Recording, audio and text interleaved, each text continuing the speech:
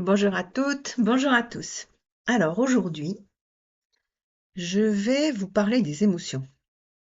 En ce moment, ça secoue un peu fort. En tout cas, dans ma patientèle, je vois que ça remue beaucoup, que c'est un petit peu compliqué pour un certain nombre, parce que justement, les émotions sont très exacerbées, on va dire. Et je crois qu'il est important aussi que je vous explique euh, comment reconnaître votre émotion. Vous allez me dire, ouais, bah, c'est facile. Ben non. Bien souvent, je remarque que vous avez du mal à reconnaître justement votre émotion et je vais vous expliquer pourquoi. Vous êtes prêts? C'est parti.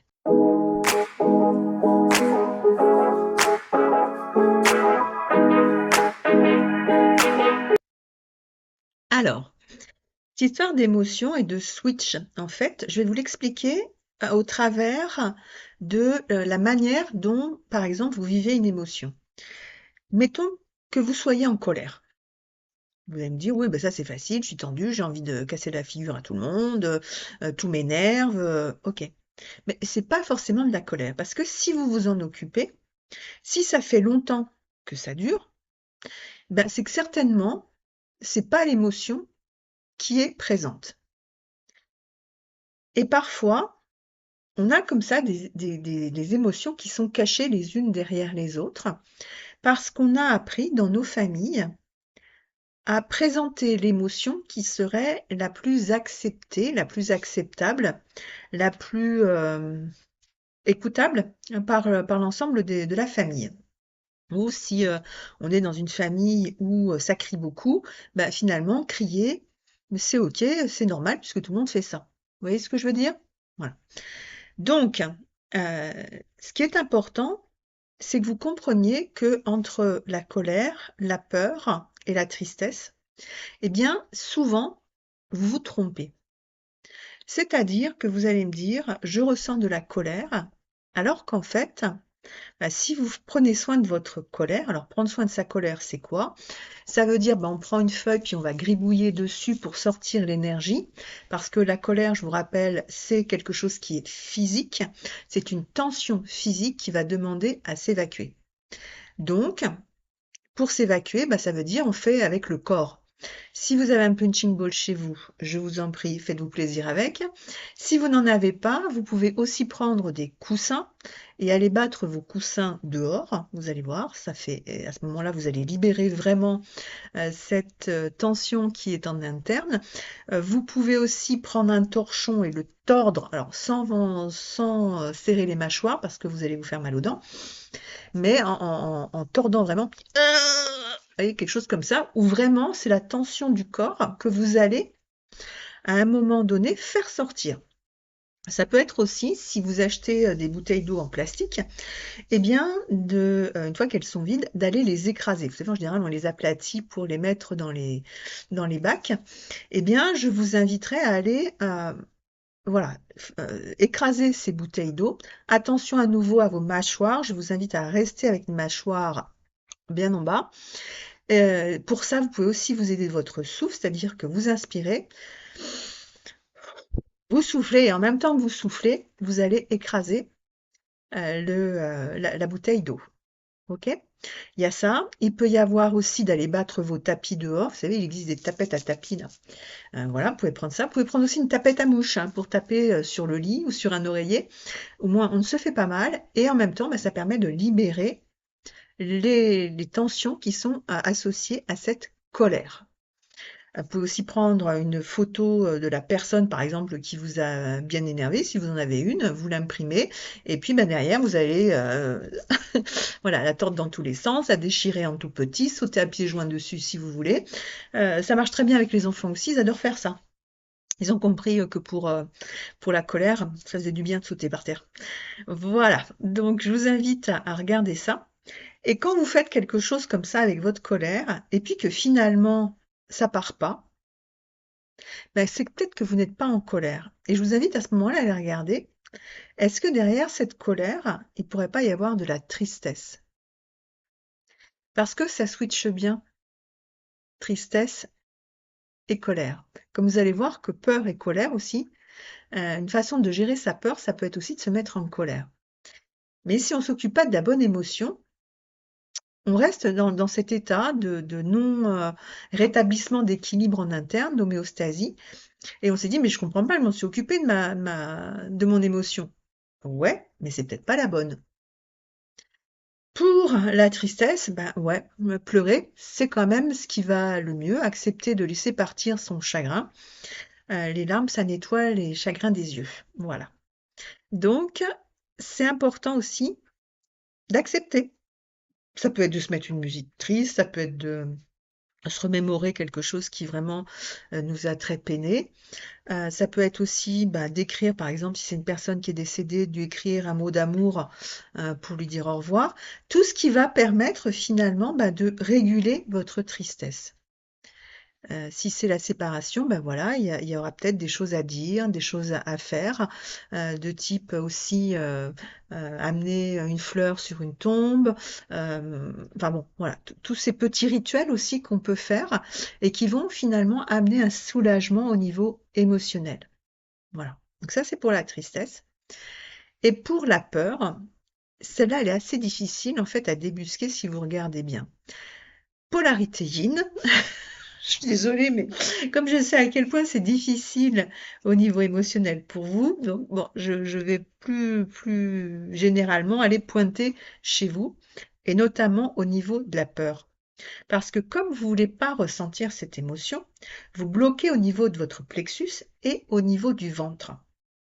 Parce que sinon, vous ne sauriez pas quoi faire de votre peur. Quand on a peur, si vous regardez les animaux dans la nature, quand on a peur, il y a plusieurs solutions. Soit on va se figer, ça c'est ce que vous faites quand vous effectivement vous bloquez au niveau du ventre, au niveau du plexus. Soit on va fuir, soit on va attaquer. D'où je dis, parle de la colère où tout d'un coup vous allez attaquer parce que vous avez peur. Ça, c'est dans les animaux dans la nature. Alors je sais bien qu'on a un cerveau reptilien qui nous ferait aller justement dans cette direction en premier choix. Néanmoins, je vous inviterai à ce moment-là peut-être à plutôt regarder qu'est-ce qui me fait peur et pourquoi j'ai peur. Et de quoi est-ce que je vais avoir besoin pour ne plus avoir peur. Ce qui peut être résolu avec les deux questions précédentes. Parce que si je comprends déjà de quoi j'ai peur, déjà je peux visualiser ce qui me fait peur. Ensuite, c'est de regarder aussi, est-ce que cette peur, elle est réaliste? C'est-à-dire, est-ce que vraiment je suis en danger? Ou est-ce que c'est juste moi avec mon émotion ou je ne sais pas trop comment je vais pouvoir exprimer cette peur. Et là, je vous inviterai peut-être à trouver quelqu'un à ce moment-là pour lui dire, au fait, j'ai peur de ça. J'ai peur là de ce qui se passe. J'ai peur de ce qui risque d'arriver. Et je pense dans les relations flammes jumelles, très souvent, cette peur-là, elle ne s'exprime pas et elle va se manifester. On va la mettre dans l'action. Et là, c'est les yang pour ça. Vous savez faire, vous. J'ai peur, je claque la porte. Ou j'ai peur, à ce moment-là, je trouve tous les défauts possibles et imaginables à l'autre, parce que finalement, dans cette peur de l'engagement, je vais essayer de me débrouiller pour ne pas avoir à être finalement dans cette relation qui à la fois m'attire tellement, mais qui à la fois me fait aussi tellement peur. Polarité yin aussi. Je vous rappelle, il y a 2 vidéos que j'ai faites sur pourquoi le yang fuit, pourquoi la polarité yin fuit. Je vous invite à aller refaire un petit tour si vous les avez loupés. Mais les deux ont un système de défense qui passe par la fuite. Et la fuite, c'est typiquement parce qu'on a peur. Donc, de pouvoir aussi dire à l'autre, j'ai peur quand il se passe ça, parce que ça peut être aussi tout simplement polarité yin. J'ai peur parce que j'ai peur de ne pas savoir gérer cette situation. J'ai peur d'être débordée par mon émotion et je vais avoir besoin que tu m'aides. Vous voyez, quand on commence de réfléchir sous cette forme-là, eh bien, déjà, on sort du côté frontal ou de la fuite.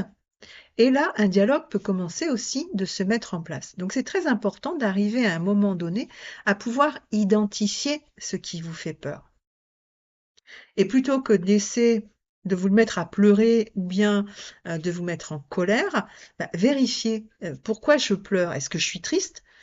Ben non, je suis pas triste, je suis pas triste, j'ai peur. Oui, mais la tristesse, ça gère, les pleurs, ça gère la tristesse, ça gère pas la peur. Parce qu'une fois que vous avez pleuré toutes les larmes de votre corps, là, votre peur, elle est toujours là, on est d'accord. Donc, vous allez devoir vous en occuper.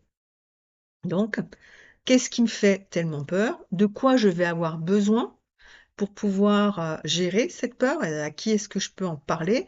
Qu'est-ce que je dois aller peut-être vérifier? Quelles sont les questions que je peux poser?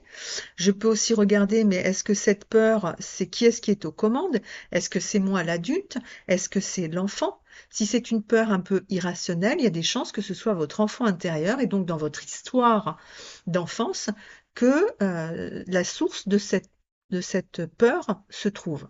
Donc je vous invite, ce qui peut être intéressant aussi, c'est de lister les peurs de votre enfance. Parce que généralement, c'est ce qui fait que on va les retrouver à l'âge adulte. Alors, pas sur tout à fait ce sera pas les mêmes choses, ce sera pas les mêmes exemples, d'accord? Mais dans le process, on va retrouver quand même les mêmes mécanismes. Avec j'ai peur, je me cache, j'ai peur, au secours, j'ai peur, je pleure, j'ai peur, je fuis, voilà. Et donc c'est intéressant de regarder à quel moment vous avez mis en place ce système-là pour aller regarder votre enfant intérieur, là, puis pouvoir lui dire, ok, t'as peur, j'ai compris, tu as peur, je vais m'occuper de toi. On a peur que l'autre ne réponde pas favorablement à un message qu'on a envoyé. C'est correct, ok. Je vous rappelle, vous pouvez aussi parler à votre enfant et lui dire, le rassurer, hein. De toute façon, tu sais qu'on est sur quelque chose qu'on ne maîtrise pas, donc il n'y a pas à avoir peur, tout est juste, ça va aller. Ça va aller. Des choses comme ça. Ça paraît assez basique, mais quand on s'adresse à un enfant, bah, l'enfant, lui, c'est la seule chose qu'il a besoin d'entendre. Donc, voilà, des choses comme ça que je vous invite à regarder, à mettre en place, de façon à plus être débordé par des émotions et d'essayer de faire des choses, mais finalement, ça fonctionne pas. Si ça fonctionne pas, c'est que vous êtes sur la mauvaise émotion. Donc ça, c'est très important que vous arriviez à pouvoir le faire. De manière aussi, au niveau de la communication avec votre autre, à pouvoir communiquer au niveau émotionnel. Si vous êtes dans la peur, bah, c'est pas de dire je suis en colère. C'est de lui dire j'ai peur dans ce qui se passe là. Parce que si vous lui dites je suis en colère, il va dire ben je comprends pas. Ben oui, parce que lui, il va sentir que la colère, elle n'est pas justifiée. Oui, ok, tu as peur, mais c'est pas la peine de me hurler dessus parce que tu as peur. Dis-moi que tu as peur. Là, je pourrais peut-être te rassurer. Tu me dis que tu es en colère, mais tu pleures. C'est quoi, t'es triste ou tu es en colère? Ou alors pouvoir annoncer à l'autre, bah ouais, je suis triste, et pouvoir aussi lui dire, voilà pourquoi je suis triste, ou voilà pourquoi je suis en colère. La colère, c'est pas forcément la violence, et je vous invite à faire le distinguo entre les deux.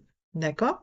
Être en colère, c'est déjà quand on arrive à exprimer ça à l'autre, je suis en colère après toi, déjà on est en train de faire quelque chose aussi pour sa colère. Et puis à ce moment-là, l'autre n'est pas en train de lui casser des assiettes dessus ou de vouloir le frapper. Non, la violence, on sait ça, c'est le passage à l'acte en fait. Mais la colère, non, on peut l'exprimer autrement. Surtout si on s'en est occupé un peu avant physiquement, bah, du coup, on est suffisamment apaisé pour pouvoir ensuite retourner voir l'autre et pouvoir lui dire, je suis en colère et voilà pourquoi je suis en colère. Et voilà ce que j'aurais attendu de toi ou que j'attendrais de toi. Vous voyez, la différence, elle est là. Et vous devez apprendre à communiquer ensemble. Et autrement que par le tu qui tue, ouais, bah le tu, il tue. Et à un moment donné, il n'y a plus possibilité du coup de communication. Et s'il n'y a plus de communication, bah, à un moment donné, il y en a un des deux ou les deux ensemble qui vont dire ras-le-bol, allez hop, ciao, à la prochaine. Donc voilà, c'est des petites astuces là, que je vous donne sur la gestion de votre émotionnel. Ça peut être aussi si des personnes sont réunies ensemble et puis il y a toujours des problèmes un peu au niveau de la communication des émotions. De temps en temps, ça peut être aussi intéressant de mettre, je sais pas, il y a des petits post-it par exemple sur le frigo. Je suis en colère aujourd'hui. Parce que parfois, et je pense aux polarités yin, on a besoin qu'on vienne nous chercher. Si vous avez besoin qu'on vienne vous chercher pour vous aider à gérer votre émotion, mettez-la, à ce moment-là, vous la notez quelque part, vous convenez avec votre autre que, voilà, quand ça va pas, je vais te le mettre sur le frigo, là, puis à ce moment-là, tu viens me parler, parce que moi, toute seule, ça reste bloqué là, et je vais avoir besoin que tu m'aides à sortir ce que j'ai à dire. Vous voyez, tout ça, c'est des choses qui vont permettre une communication apaisée sur les émotions. Vos émotions, les émotions de l'autre aussi. Voilà. Eh bien, écoutez, je vous souhaite une très bonne communication. Puis comme je sais qu'en ce moment, ça tape fort dans ma clientèle, je vous souhaite à toutes et à tous un bon courage. Et puis, je verrai peut-être, je ferai une petite capsule à la fin de la semaine là, pour faire un petit récap de ce qui s'est passé. Ok? Allez, à bientôt.